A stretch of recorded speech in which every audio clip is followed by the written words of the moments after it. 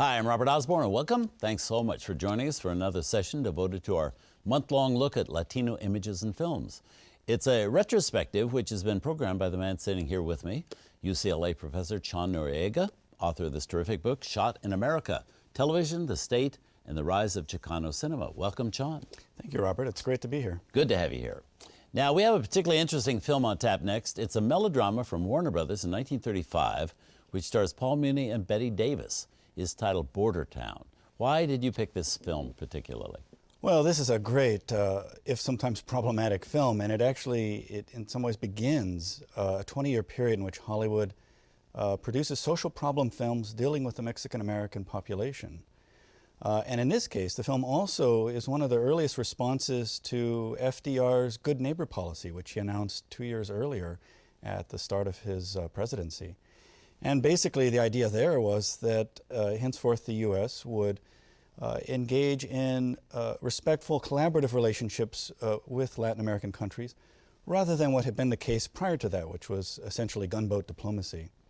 And in Hollywood, the Production Code Administration would specifically look at films that were set in Latin America or that in some ways referenced Latin America or people of Latin American descent, and make sure that the films were in alignment with the good neighbor policy. And in the case of Bordertown, what they really drew attention to was the fact that the word greaser appeared over 50 times in the script. But by the time you get to the film, you don't see that at all. Nevertheless, the film's an interesting contrast between Mexico and the United States during the Prohibition era. And it tells the story of a young would-be lawyer who's trying to pull himself up by his bootstraps, as he says, but ultimately ends up on the other side of the border and engaged in largely lawless activity until he finds his redemption.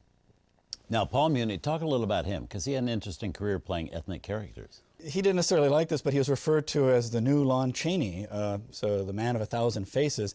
And he's notable for having played so many different ethnic and racial types as well as historical figures. Mm-hmm. And he would go on actually to star with Bette Davis in Juarez, a biopic based on Mexican President Benito Juarez, in which he would play Juarez, who was the first indigenous president in Mexico. Mm-hmm. And also he played Asian in The Good Earth. Yeah, he played, I believe, Wu Long in The Good Earth, and a number of other types, historical figures as well. Right. Well, let's look at the film. Here it is from Warner Brothers in 1935, directed by Archi Mayo, Bordertown. Well, it's very early Bette Davis, and a Davis film many people don't know. And back with me to talk more about this film and its portrayal of Latinos is Chon Noriega, professor and director of the Chicano Studies Research Center at UCLA. Now, it's very interesting at the end of that movie. On one hand, the movie is kind of trying to humanize Mexican Americans. Then at the end, it's really saying, oh, it's better he go back where he belongs. So it's kind of racist at the end, actually. Yeah, it's both liberal and it's in some sense racist, but also condescending. Yeah. That you know, when the priests ask him, "What are you going to do now?" He's, "I'm going to go back to my people," and he heads back into the barrio with his mother, who's the only appropriate female figure for him to be involved with. Go back where he belongs. And what's interesting about the film is that the threat throughout the film is that of interracial romance.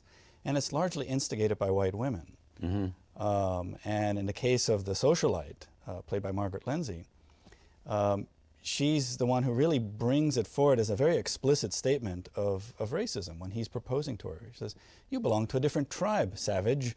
Yeah. And then, of course, promptly runs into an oncoming well-deserved, that car, yes. Yes. But the irony is the film actually endorses that position in the very last scene when the Johnny Ramirez character essentially agrees, "I belong back with my own people." So it's a kind of irony of these social problem films. At once, there's a very liberal impulse to look at the Mexican-American population, to understand them as part of the United States, to pose the issue of their assimilation into American culture and values, but to always end with them going back into the barrio, not being able to integrate really disinclinations to interracial romance until you get to the films by Ricardo Montalban in the early 1950s. Right. So you're going from 1935, it's not until 1950, actually, that was That was kind of a different message being sent. Well, that the third rail of interracial sex Right. is kind of crossed, Right. so to speak. And it's going to be okay. Yeah. Yeah. And so we also have to remember that during this period there was a production code in Hollywood that would allow certain things, certain relationships and certain things you couldn't have in a Well, film. it was very explicit about miscegenation. Yeah. Now, that primarily meant black and white, but it was unclear in terms of where it related to with Mexican Americans. Legally, after the Treaty of Guadalupe Hidalgo that ends the Mexican-American War, Mexican Americans are legally white. Yeah. But socially, they were considered non-white. Right. And films sort of endorsed that for a while. Basically, yeah.